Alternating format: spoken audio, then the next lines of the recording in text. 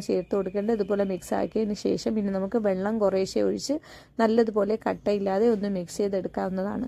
അപ്പോൾ നിങ്ങൾക്ക് മൈദയ്ക്ക് പകരം ഗോതമ്പ് മാവും ചേർക്കാം. അപ്പോഴും 2 ടേബിൾ സ്പൂണോളം അരിപ്പൊടി മതിയാകും.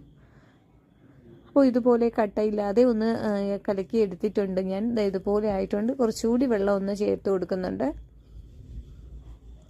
ഒരു 2 ടേബിൾ സ്പൂണോളം വെള്ളം കൂടി ചേർത്ത് ഒന്ന് ഇതുപോലെ ഇളക്കി യോജിപ്പിച്ചതിന് ശേഷം ഇനി ഞാൻ താണ്ടെ ഒരു 5 ടേബിൾ സ്പൂൺ റവയാണ് ചേർത്തിരിക്കുന്നത്. 5 ടേബിൾ സ്പൂൺ റവ നമുക്ക് ഇതിലോട്ട് ചേർത്ത് കൊടുത്ത് ഇതുപോലെ ഒന്ന് ഇളക്കാം. അപ്പോൾ 5 ടേബിൾ സ്പൂൺ റവ ചേർത്തപ്പോൾ തന്നെ നല്ലൊരു കട്ടിയായിട്ടുണ്ട്. ഇതിന് വെച്ചിരിക്കേണ്ട ആവശ്യമൊന്നുമില്ല. നമുക്ക് ചെറിയ സ്പൂൺ കൊണ്ടോ കൈ കൊണ്ടോ ഒക്കെ ഇതുപോലെ ചെറിയ ചെറിയ ബോൾസാക്കി ഇതുപോലെ ഇട്ട് കൊടുക്കാവുന്നതാണ്. അപ്പോൾ ഇത് നല്ല മുരിഞ്ഞ് വരുമ്പോൾ നല്ലൊരു മണവും നല്ല ടേസ്റ്റുമാണ് കേട്ടോ.